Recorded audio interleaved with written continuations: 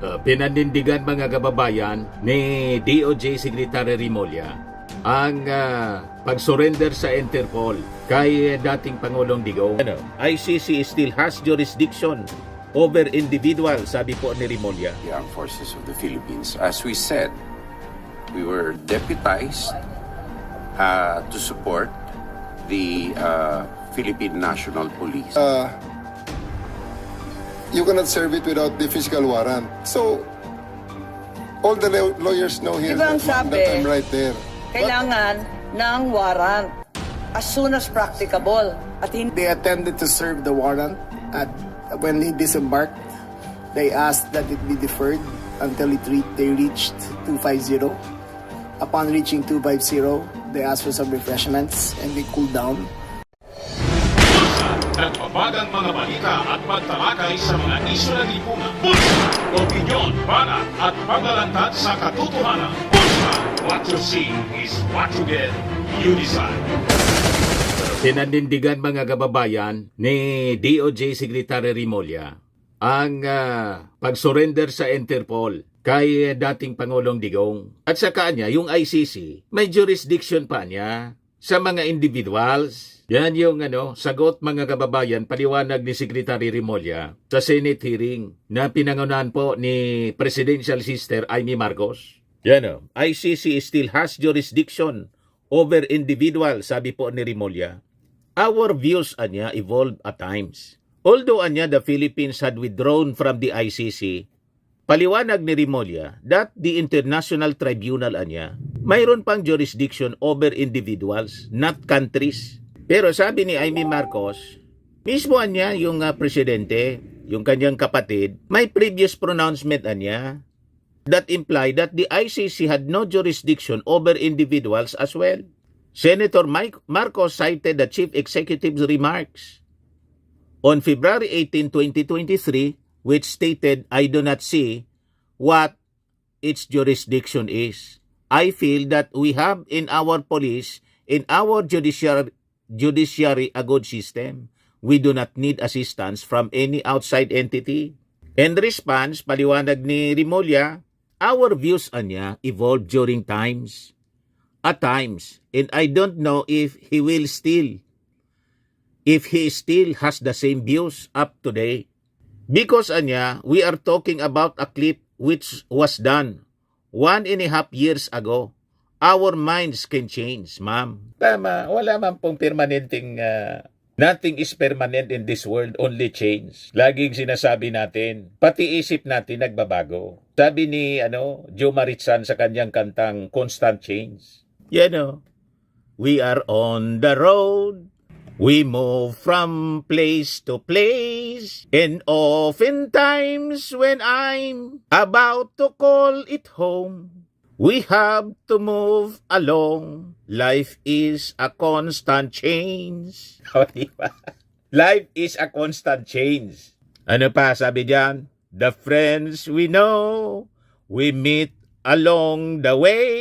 Too soon the times we share form part of yesterday. 'Cause life a constant change and nothing stays the same, oh no. Parang yung Uniteam, dati Uniteam, ngayon Unipink na. Yung dating kaibigan, magkaaway na, binantaan na nga. O, di ba? Pero niya, Mr. Maravillas, di ba sabi ni Sarah, hindi man talaga sila magkaibigan. Sabihin pa, yung dating Unity, nawasak na, constant change. Wala bang karapatan yung ating Pangulo magbago yung isip? Sa kanta po, ang buhay, constant change. Pati po ang natura sa paligid. Clouds that move. Hindi mali yung pakakanta ko. Clouds that move across the skies, ganun pala, are changing form before our very eyes. Constant change talaga. Yung clouds nakita ninyo, constant change. Mamaya, lalaki, mamaya, wala na. Natunaw na yung clouds. Ganun ang buhay. Pati relasyon natin sa kapwa, pati isip natin, constant change. Tama yung depensa po ni depensa ni Remulla. Of course, we can change our mind, Mr. Secretary. So, you are saying that the President changed his mind, sabi ni Amy Marcos. Well, I cannot speak for him, Madam. I cannot speak for him. Your conclusions are really your own, and I cannot adapt your conclusions here, sabi ni DOJ Chief Rimulya. Magaling si Rimulya po. Bakit kasi hindi niya tanungin mismo yung kapatid niya kung nagbago na ng isip? Kapatid niya yun. Sabi ko nga po, bakit hindi na lang si President Bongbong Marcos yung in-invite niya? Pinasalita niya doon. Pinasalita niya si Sara Duterte. O bakit hindi yung kanyang kapatid na presidente? Anong rason? Di ba po? Parang masyadong bias si Senator Amy Marcos na doon sa kapatid niya, hindi niya in-invite para magsalita sa Senate hearing niya. Pero si Sara, in-invite niya. So maswerte pa, mga kababayan, yung mga Duterte. Kasi yung mga Duterte may kakamping Marcos. Pero si Bongbong Marcos walang kakamping ni isang Duterte. Makikita ninyo ang kagandang loob ng mga Marcos, mga kababayan. Na kahit binalahura, binantaan, lahat ng kawalangian, ginawa na sa kanila ng mga Duterte. Pero si Amy nananatiling kaibigan. Dinidepensa, pinagtatanggol, mga kababayan, si Sara, pinagtatanggol si Digong. Kahit sige ang banta, gustong ipalit na si Sara Duterte bilang Pangulo. Pero yung Pangulo kapatid ni Marcos, ni Amy Marcos, walang statement na masama si Amy. Sabi nga ni Congresswoman Garin, dapat na niya at this point in time, mamili na ng kakampihan si Amy. Kung alimbawa niya kay Sara talaga siya, kay Digong, maintindihan natin. Para niya hindi nako-confuse yung mga supporters, yung mga kaalyado. Kung kay Bongbong Marcos, di mamili na siya, kapatid niya piliin niya. Maintindihan natin kasi kapatid. Pero maintindihan pa rin natin kung alimbawa piliin niya yung kaibigan. Tama. Kaya yung mga DDS po, walang rason na kayo po magalit kasi napakapalad ang mga Duterte na may Marcos pang nagmamahal. Pero yung Marcos po, wala nang nagmamahal na Duterte. Lahat nakaaway. Pero si Amy Marcos nga, ang tawag na sa kanya ng mga Duterte, manggagamit. Pero si Amy Marcos, mga kababayan, nagpapakamartir. Pero sabi niya, ni Atty. Panelo, kinantahan si Amy Marcos, balat kayo pala ang buhay sa mundo. Yun ang kinanta niya, nagbabalat kayo daw. Si Amy Marcos, iwag ko kung totoo. Anyway, ituloy natin mga kababayan itong Senate hearing na Amy Marcos na talagang idinidiin niya yung mga pulis kasi pinilit daw, gumamit ng puwersa yung PNP. Siyempre, gagamit ng puwersa po. Unang-una, ang tawag sa PNP, Police Force. Di ba? The Armed Forces. Yan ang tawag, di ba? Armed Forces of the Philippines. Talagang force. Yung PNP, Police Force. Anong hindi gagamit ng puwersa? Pero ang puwersang ginamit po, yung tinatawag na justifiable force, hindi excessive. Walang EJK na nangyari po. Bloodless arrest. Kumbaga, kinaladkad yung isang abogado, pinusasan, kasi ang rason po, resisting arrest, obstruction of justice. May mission yung police po na atasan na i-surrender si Digong sa Interpol. So, normal yung aksyon ng PNP. Kinaladkad yung upuan ni Atty. Dilgra. Normal yon. May resistance po. Pero walang EJK po, walang nasaktan. Ang sabi ko nga, ang nasaktan, yung isang babaeng member ng ASAP, hinampas ni Hanilet ng cellphone, nabukulan po dito. Pero hindi na nagkaso, pinatawad na. You see? Pero what about po yung na-EJK? Grabe po yon. Mga bata yung namatay. So walang mali sa ginawa ng PNP. Walang excessive force po. At inobserve yung lahat ng karapatan ng subject, ng suspect, ni Digong at ng kanyang pamilya. Mahaba yung pasensya ng mga pulis. Habang yung yung panahon ni Digong, kill talaga po. Nakita ninyo yung mga nangamatay. Ang dami-dami po. Ito mga bata, walang kalaban-laban po. Ito yung excessive force na ginamit. Ginamitan po ng excessive force talaga. Pero si Digong, hindi man po ginamitan ng excessive force. Pero yung police po, police force. Tama? Senator Amy? Pati si Jinggoy Estrada, nagreklamo po. Ito, ituloy natin yung Senate hearing. In the Armed Forces of the Philippines. As we said, we were deputized to support the Philippine National Police. And it is part of the constitutional duty of the armed forces to follow processes.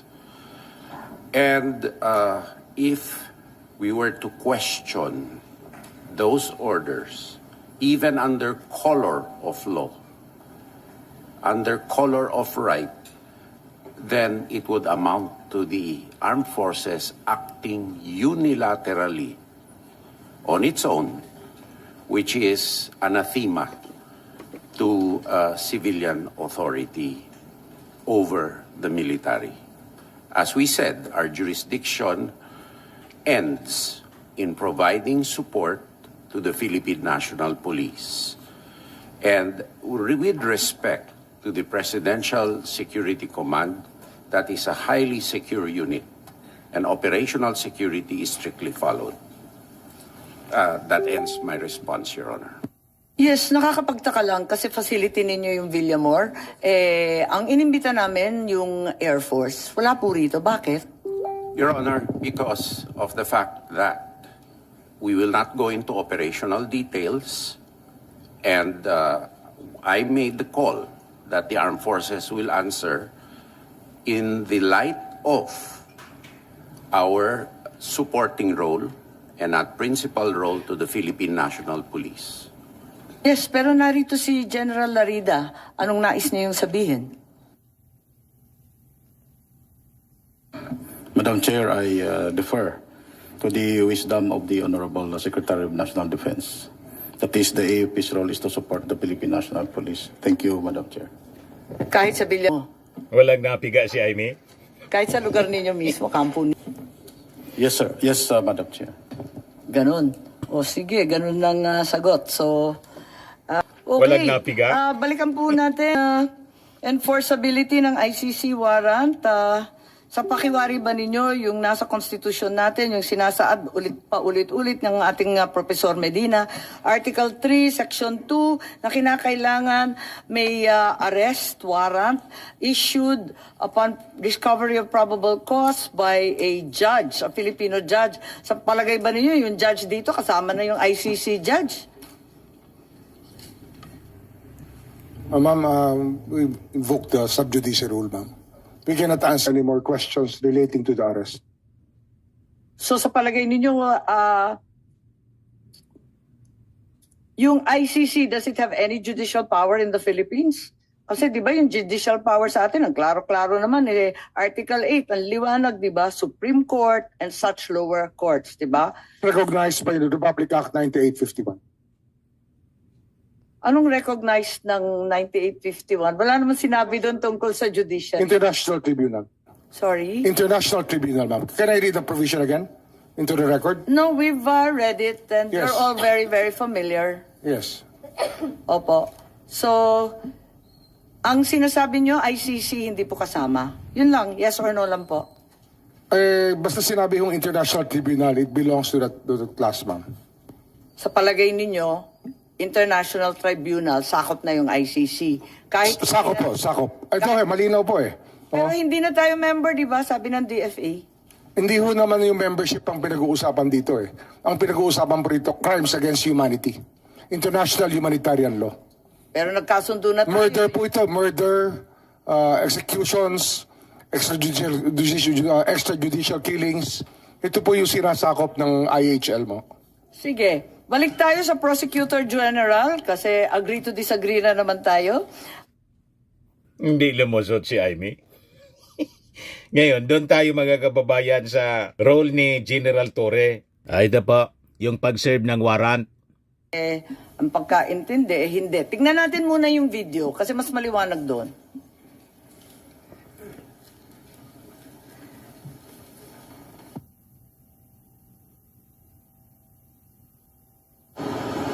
Pag umaresto ka ng tao, pag inaresto ka ng pulis, pwedeng hindi dala ng pulis ang warrant mo? Pwede. Sasabihin lang ng pulis kayo, oy, arestado ka, may warrant ka. Nasaan ang warrant? Doon sa istasyon, halika na. That's perfectly legal.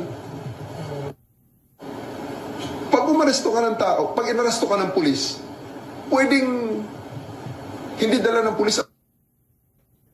So ang sabi po ninyo, hindi naman kailangan yung warrant kaya hindi ninyo pinakita. Tama po ba yun? Ma'am, that is a very, very different interview in the aftermath. But I'm talking of...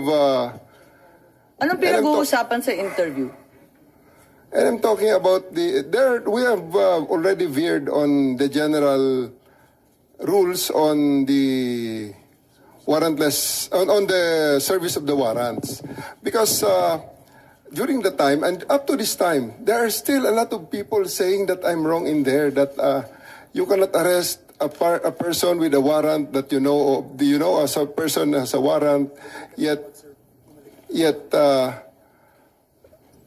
cannot serve it without the physical warrant. So, all the lawyers know here Diba ang that sabi, I'm right there. Kailangan ng warrant as soon as practicable. At hinihingi talaga ni former president. Di ba Si Senator Ayniman, malinaw na may warrant. Yung mga na-EJK nga po, walang warrant. Pero si Digong, may warrant. At buhay na buhay si Digong. Yung mga na-EJK, patay na. Pero mas concerned pa siya doon sa buhay. hinihingi ng abogado niya, asan yung warrant? Tama, di ba? Hinihingi Yes, nila. ma'am. Anong pinakita nyo? We gave them the electronic copy of the warrant and it was given to them by Yusek Nikiti together with PG Fadulion. It was received by Yung General warrant, anong klase yung Monteagudo. itsura ng warrant? ICC, Interpol? It's an ICC warrant, ma'am. ICC warrant. Yes, ma'am. That was directed to the Interpol. That was the attachment of the diffusion order. Pero ayon sa ating batas, di ba, napakaliwanag naman na yung court o judge, kinakailangan Pilipino. Di naman sakop noon yung Interpol, yung ICC. Bakit naging warrant rin sa Pilipinas yun? I will defer the answering to that question to the DOJ, ma'am, because I was with the DOJ during the time, and it was the DOJ... Hindi nandun si Prosecutor Fadulion Ikaw naman Yes, ma'am. bumasa ng Miranda rights, hindi man lang yung prosecutor. Tinikoberan mo na yung papel ng DOJ, kaya sumagot ka ngayon. Ma'am, we're talking situation in the tube. Hindi, sinabi mo kasi, ang liwaliwanag, sinabi mo, hindi naman kailangan ng warrant It's a different matter, ma'am. Altogether different matter. Bakit? Ilang warrant ba yan? One warrant, but different. That question on the interview is a different situation, ma'am. So, kailan mo pinakita yung warrant? Yung sinasabi mo electronic copy? The first time, ma'am, it is not At kanino? me. It was not me who showed the warrant. It was Yusek Nikiti together with PG Fadulion, together with me there in the tube of the plane. The former president is still there inside the plane. It was given to retired General Monteagudo, who is with the party. And because during the time, E.S. Mijaldea and the wife and Attorney Delgra had already went back inside the plane and told us, hindi kami lalabas kung wala kayong maipakitang warrant. Kaya nga, so, when was the accused finally shown the warrant of arrest? Di ba dapat as soon as practicable ang sinasabi? Kailan mo pinakita mismo kay former president? I believe, ma'am, the electronic copy is already acceptable now in the rules of court. Yun na nga, pero pinakita mo ba kay Presidente Duterte? It was not me who they invited inside the plane. It was the PCTC through General Alcantara, whom they invited inside the plane, showing to them and explaining to them the warrant. Ganun ba? napaliwanag ba ninyo, Executive Director Alcantara? Kasi parang ang bilis-bilis lang naman ninyo doon sa eroplano. Ang nakita naming final warrant, 15 pages po. Ganun lang kabilis na nabasa Tama po ka yung agad? 15 pages po, pero i-present po namin kay President Duterte na nasa Nabasa niya lahat, 250. 15 pages? Ah. Ang bilis-bilis lang lumabas eh. Oh, hindi po niya nabasa yun. doon Hindi sa- niya nabasa. Oo, hindi niya. So, bakit Doon po namin present sa kanya sa... kaya nga, pero ba't hindi niyo pinagbigyan na basahin? Yung- Kasi karapatan talaga ng akusado at ng arestado yan, di ba? At that point in time, ang may kopya po ng warrant ay si General Alex Monteagudo. Nagbabapiring po sa telepono niya. Matagal pong mabuo dahil... Siyempre, nasa airport. Oo, kaya Tapos nasa loob kaya ng nga po. aeroplano. Kaya nga so, po sa madaling sabi, Kaya nga po nag-print kami ng hard copy. So pagdating po sa 250, doon na ibinigay sa kanila yung warrant. Madam Chair, just on the warrant. yes, Senator Cayetano, please go ahead. Just one insight on the warrant and just to bolster my point kanina na bakit mas maganda na or bakit essential for me my local court, no? If you look at paragraph 12, before you look at it, can anyone in the room here tell me, I know the former president was accused of extrajudicial killing, of crimes against humanity. Pag sinabi yung torture, pwede kasing bago mo patayin, di ba? Pwedeng emotional torture, pwede mong gulpihin torture. So, included na yan. But does anyone here, can anyone tell me here that during his 6 years and before that, he was accused of ordering or himself raping people?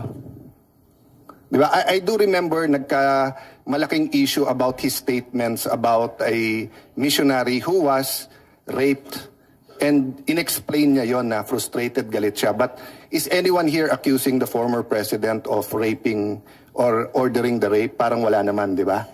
Okay. If you look at, dahil walang, just for the record, Madam Chair, dahil wala naman nagtaas ng kamay or nagsabi,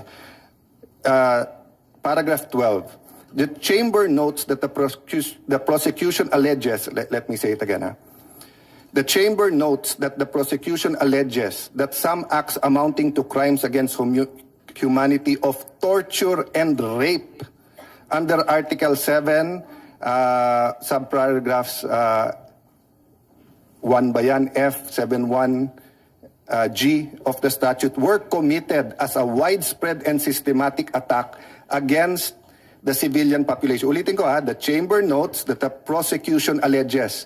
So the prosecution in the ICC alleges that some acts amounting to crimes against humanity of torture and rape were committed as part of a widespread and systematic attack. For me, it's the first time I read that someone was accusing the president, the former government. But if you look at the last page of the warrant, or second to the last page, page 14, no? Issues a warrant of arrest. So for these reasons, the chamber hereby issues a warrant of arrest for Rodrigo Roa Duterte, born on 28 March 1945, for his alleged criminal responsibility pursuant to Article 25, Paragraph 3, Paragraph A of Statute for the Crime Against Humanity of Murder. Ikat ko na si Alan Peter Cayetano. Kung gusto niyang i-defend si Digong, di mag-volunteer siya tulad ni Harry Roque na maging abogado ni Digong doon sa Dahig. Kaya lang si Roque, tinanggal po. Mangiyak-iyak si Roque po. Pinagsisiksikan yung sarili niya na maging abogado. Pagkatapos, sinibak ni Sara kasi walang tiwala si Sara siguro. Ang kinuha ni Sara ng mga abogado, mga foreigners. You see? O, dito na lang tayo. Mas exciting yung kay General Torre. Tuloy natin, mga kababayan. Teka, mapapaliwanag lang ako. Tell me candidly, at the time you apprehended PRRD, nung inaresto si former president, yung ICC warrant, nasa inyo na ba, General Torre? Yung totoo. Kasi you're under oath, alalahanin ko. Yes, ma'am. It is with us. It was already with you. Yes, ma'am. Electronic. Yes, ma'am. Electronic. Wala Yes, kayong ma'am. official copy? Electronic o walang copy, ma'am, hard given copy? electronic copy given to me by Yusek Nikiti. of the DOJ, ma'am. Sa DOJ. Sa inyo, kasi parang nagtuturoan kayo, sabi ninyo, na dapat yung PCTC ang nagbigay. Pero wala kayong binigay. Sabi ninyo, dapat DFA. Nalilito po ako. Hindi po. Hindi po nagtuturoan. We had the copy of the warrant, not electronic copy of... Dinami-dami lang Mr. P. nag-aresto kay Presidente. Walang nag-isip na kinakailangan bigyan ng kopya na hard copy, opisyal, at talagang... binigyan po namin sa... Saan? Saan at 250 kailan? po, binigyan po namin. Nung ma-print na po yung hard copy... Saan yun? Sa 250 po. Sa Villamor? Meron po, meron. Ano yung Ang importante doon, Senator Amy, may warrant to arrest and it was confirmed. Yung mga biktima nga ng AJK, kill agad. You see, masyado ninyong binibigyan ng importance yung dating Pangulong Digong na kayang-kaya niya yung sarili niya. Sabi nga ni Digong, pagsisipain ko anya yan. Hindi na nagasipa. Anyway, ituloy natin. 50 po? Sa Villamor po, Villamor. Binigyan po siya ng kopya, hard copy po.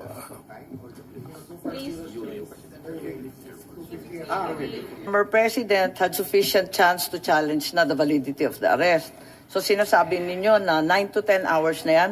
Kasi nakuha niya yung warrant nung alas 12 mahigit, hating gabi lampas, ano? Tapos, Tanghali, ma'am. Tanghali, ma'am. Niya nakuha ang okay, warrant. tapos, tumagal pa sila ng ilang oras. 11 hours. Ng 11 hours, sinasabi po ninyo. 11 hours, napakatagal na. They attended to serve the warrant. When they disembarked, they asked that it be deferred until they reached 250. Upon reaching 250, they asked for some refreshments and they cooled down. Upon being more calm and after conferring with their lawyers, the warrant of arrest was served in toto, in full, and their rights were read. So sa tingin ninyo, itong 9 to 10 hours sapat na para sa isang pangkaraniwan tao na makakuha ng sariling abogado, tapos i-check yung kanyang warrant, pagkatapos mag-draft, mag-file ng maayos na petisyon ng habeas corpus. Ganun ba yun? Ma'am, you must, I think the record showed that there were 3 lawyers with him in conference with him during the entire time. Attorney Delgra. Paano makakapag-file yun? Gabing-gabi na, hindi naman court hours. They had filed a case of a TRO with the Supreme Court. They tried their legal remedy. It was duly recorded and there was no TRO given by the court, ma'am. So, ma'am, just to be clear, they had their chance to seek legal remedy as shown by the actions of their lawyers by approaching the Supreme Court. So there was no due process denied, ma'am. Siguro sasabihin ko at tatanungin ko kay Attorney Medina, ang ating constitutionalist po rito. Masasabi ba natin na nabigyan si PRRD ng sapat na pagkakataon para alamin itong validity ng kanyang, yung katotohanan ng kanyang pag-aaresto? Ilang oras ba yung sinasabi natin na sufficient time, yung sapat na panahon? Thank you, Madam Chair. Just to clarify, I will just be consistent with the opinion that I posted that there was no reasonable opportunity. That is not to denigrate or cast aspersion on the character or competence of our officials. And also, I have very limited facts when I wrote the opinion.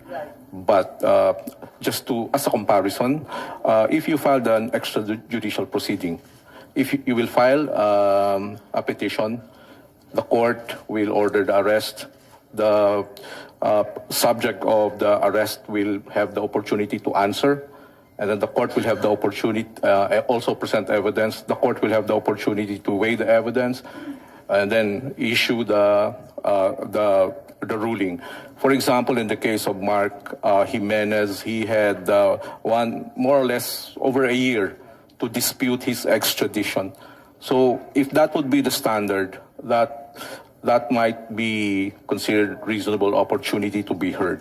So yung sinasabi nila na naka-10 oras na nag-iintay, talagang panay pa rin ang tutol, hindi sapat na panahon yun. Kasi magpipila ka pa ng kaso, magdadraft ka pa ng petisyon, dadalhin mo pa. Hindi po ba? So hindi pa rin sapat kahit sabihin natin matagal sila nandun sa airport? Ito naman si Senator Amy. Alangan man 1 year ang hintayin before i-serve yung warrant of arrest. Di question niya later on kung valid o hindi yung warrant of arrest. Pero the fact na nandun na, isi-serve yun siyempre ng mga authorities. Wala man pong warrant of arrest na hawak na niya at nandun na yung subject. Tapos bibigyan niya ng 1 year before na i-serve kasi ki-questionin muna. Di ba? Common sense. Labas niyan, binigyan mong pagkakataon na magtago. Si Bato nga ngayon, hindi na makita. Nasa secret location daw at kinukonsider yung magtago. You see, questionin niya yung validity kung gusto niyang questionin in court. Pero awag na yung warrant of arrest, nandyan na, nasa kuti na. Alangan man, hindi pa ibiyahe. Mag-file na lang kayo ng kaso. Bodyguard, buhay pa siya. Yung mga biktima naman ng EJK, patay na, matagal na. Tuloy natin, mga kababayan. Po? Yes, Senator Jinggoy. So, Si walang Jinggoy. katotohanan doon sa sinasabi na hindi ninyo pinagbigyan yung sarili niyan, doktor? No, ma'am. Not true, ma'am. Okay. They requested a doctor. The doctors arrived. May doktor He pa? was given an ECG. Subsequently, they asked Miss Hanilet, the common law partner of Yung mga na-EJK po, hindi na naisalba ng doktor, kaya nga po patay na. Walang doktor na katabi ng EJK po. Si Digong may doktor. Office choice. O di ba?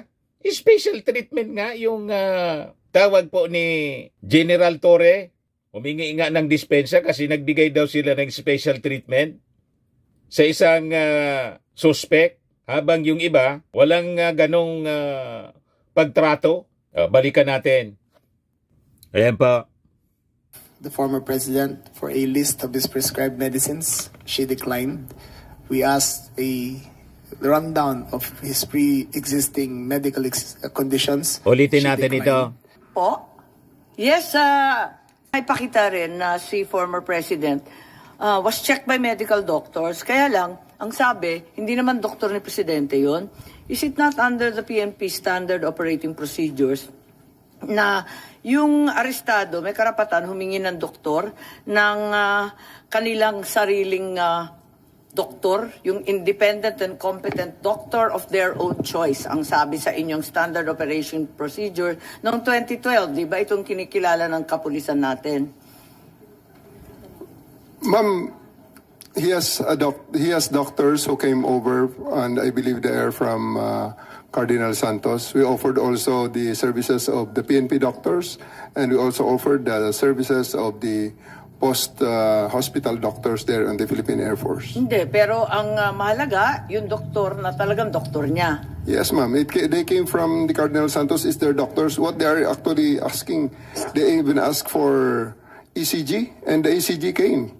That was very, very different from the ordinary Filipinos. And they're asking for, I think, executive checkup. That's one thing that we did not accede to. Ang sinasabi Madam Chair, ninyo, if I may. po? Yes, Senator Jinggoy. So, walang katotohanan doon sa sinasabi na hindi ninyo pinagbigyan yung sarili niyan, doktor? No, ma'am. Not true, ma'am. Okay. They requested a doctor. The doctors arrived. He was given an ECG. Subsequently, they asked Miss Hanilet, the common law partner of the former president, for a list of his prescribed medicines. She declined. We asked a rundown of his pre-existing medical conditions. She declined. We asked what allergies he had. She declined. We asked that she board the flight with him going to The Hague. She declined.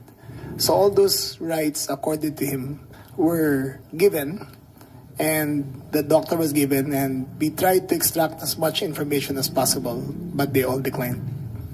Kita mo na. Okay, Senator Jinggoy, I believe that Secretary John Vic said that these were untrue, that this was all fake news, that in fact his rights were honored, and in fact they provided an ECG which is above and beyond the usual Fake news? practice. Yes, Senator Estrada, please.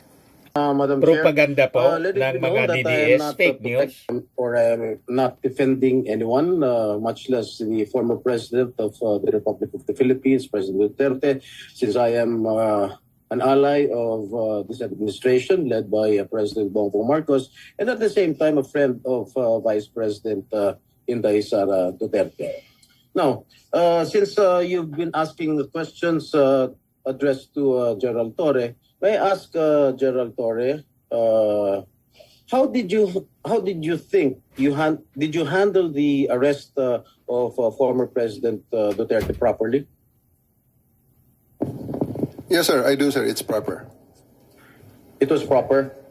But when I saw the video, it was really, for me as a citizen of this country, it was really unbelievable. It was a very, very big disappointment. Because I can relate, General. Because when we were arrested way back 2001, together with my father, the same thing happened. All right, we were in the wee hours of the morning. We were the policemen barged in our hospital room at the Veterans Memorial Hospital. They were arresting us. They wanted us to be transferred to another detention cell because after the May 1 siege, at ano sabi ng mga police? Kalad ka rin na yan mga yan pag ayaw sumama. At the same time, when I saw the video, parang nag-flashback sa akin yung ginawa ng mga kapulisan ng araw sa amin. At ang sabi mo, hihilahin ko yan. Is that what you said, Gerald Torre? Sir, it's already all optics and tactics already because it's already... No, I'm asking you, did you say that? Hihilahin ko. Yes, sir. And I actually made good of it, sir. What prompted you to say that? Sir, I made good of it, sir. Sabi ko, sir, hihilain ko yan. And I went back to AS Medialdea, handcuff him. Bakit mga sinasabi? You know, your statements based on the video may reflect the PNP as an institution. Baka sabihin lahat ng ating mga kababayan, ganyan pala yung mga pulis. Masyadong wala man lang respeto sa matanda, sa isang dating pangulo. Ganon din ang ginawa sa amin eh. Can you justify why you said that hihilahin ko yan? Nakita ko si dating Pangulong Duterte, di naman lumalaban. What prompted you to say that? Mr. Senator, respectfully, the threat of hihilahin ko na yan was not towards the president, the former president. It was ensued after a heated argument between his counsel and General Torre. In no way was the former president threatened with bodily harm. Yes, Who was addressing the sinong sinasabihan ni General Torre? Was it the lawyer or was it the former President Duterte? Lawyer, sir, Attorney Medialdea. And actually, sir, after that, I actually went back to him, placed handcuff on him after reading him his rights and arrested him for obstruction of justice. And after that, sir, I brought him to the bus and came back again and told Attorney Delgra he's next. And again, sir, I will reiterate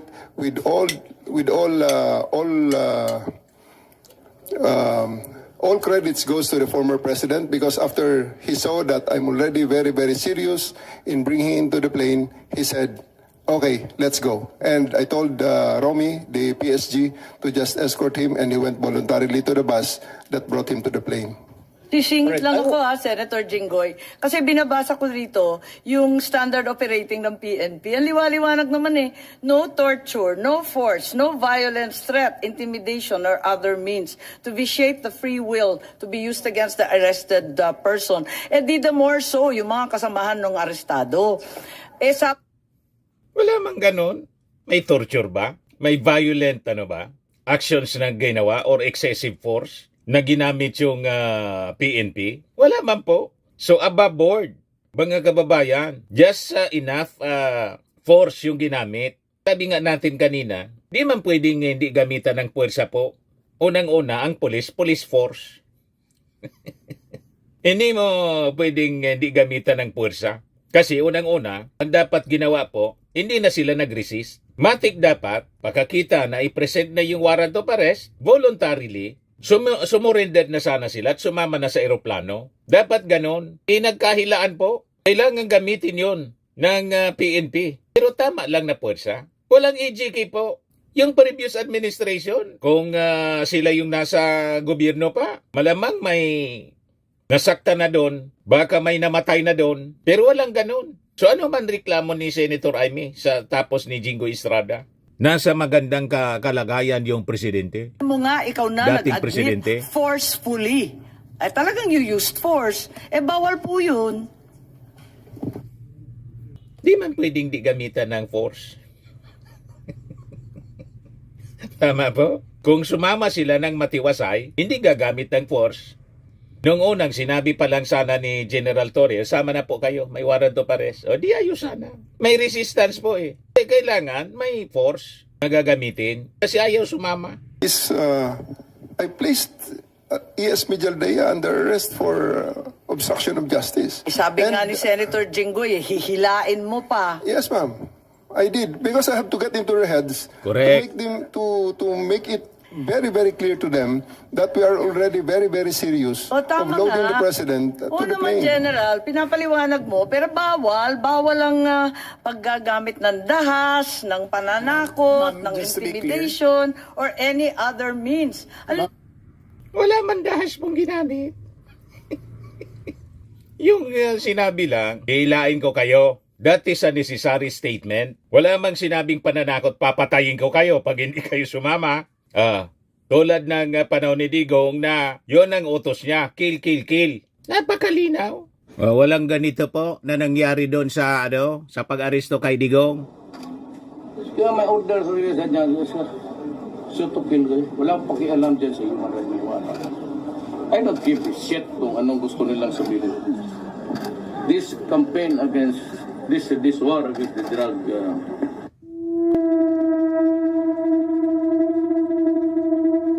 Walang ganon na nangyari po sa pag-serve ng warrant of arrest kay Digong. Ano ang reklamo ninyo, Senator Amy, Senator Jinggoy? Masyado kayong nabulag? Ituloy natin mga kababayan. Nasa kapulisan yan Ma'am, just to be clear, operationally, there was obstruction of justice.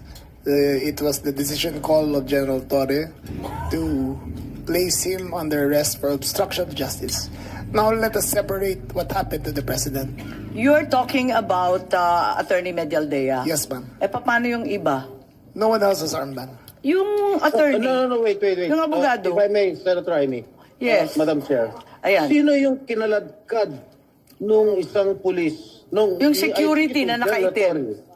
I think it was General Torre na hinila yung isang abogado. Dalawa yun yung abogado, hinila yung upuan, di ba? Tapos yung nakaitim na si Q, kinaladkad din. Si Attorney Delgra, sir, because he is next to be arrested. And because of that, the former President PRRD saw that I'm already that serious. And he said, he prevented the situation from further deteriorating and escalating. So he said, let's go. Isn't he entitled to a counsel of his choice, General? Yes, sir. For 12 hours, he was there. Oh. Can't he speak to his client? Bigla niyo na lang... They are there for 12 hours, sir, speaking to each other. Ano? They are there for 12 hours, speaking to each Alright. other, sir. One more thing that I noticed in the video, no? Ang sabi ni PRRD, papasukin niyo yung anak ko. Abogada siya. At ang sinabi mo, hindi ko siya papapasukin. Why not, Gerald Torre? That is a decision. That is my call, sir. That is my decision. Considering that he had already been assisted by 3 lawyers Correct. all throughout that time, sir. And gabi na ho yun, sir. The request was made at around mga 9 o'clock na, sir. 11 hours Gerald after Torre, ganito, the ha? first arrest. Tanggalin mo na yung titulo ni Inday Sara. Kalimutan mo na siya na Vice President siya. Pagpalagay natin hindi siya Vice President. She is an immediate member of the family. Nung kami po ay nakakulong, ang immediate members of the family, 24 hours pwede bumisita sa amin, nakakulong kami. Ito hindi pa nakakulong. Anak ito. Bakit hindi niyo pinapasok? Maliban doon, is this not a violation of RA 7438 that requires that you guarantee access to an attorney in addition to the immediate family? The President also said na yung anak niya, yung babae, abogado ko yun, papasok. Unang-una, hindi man pwedeng mag-practice na abogado si Sara kasi bawal, vice-presidente siya. Pangalawa, 3 na nga yung abogado niya. Alam namin kung ano yung purpose. Gusto lang i-delay yung pag-arrest kasi they're hoping na dumami yung tao kasi may nananawagan na ng people power. Di ba po? Balikan natin. Hindi nyo pinapasok. Abogado yun eh. Actually, sir, first to answer the question of Senator Estrada, sir. I have told the President that they can visit him at his detention facility because at this time the order of the day is to load him into a plane. So that's what we endeavored to do, and that's what happened, sir.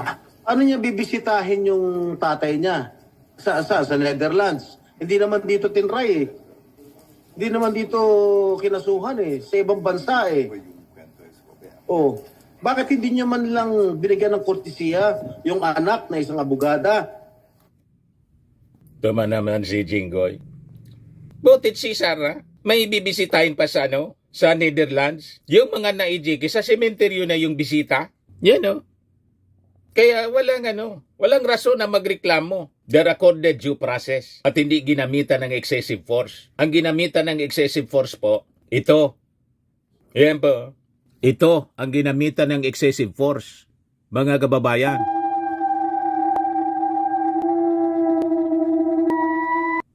Yun ang ginamitan ng excessive force. Wala kayong Senate hearing na ginagawa ngayon para tingnan yung kalagayan nitong mga biktima ng AJK. May Senate hearing kayo para kay Duterte na nasa magandang kalagayan po doon sa Dahig.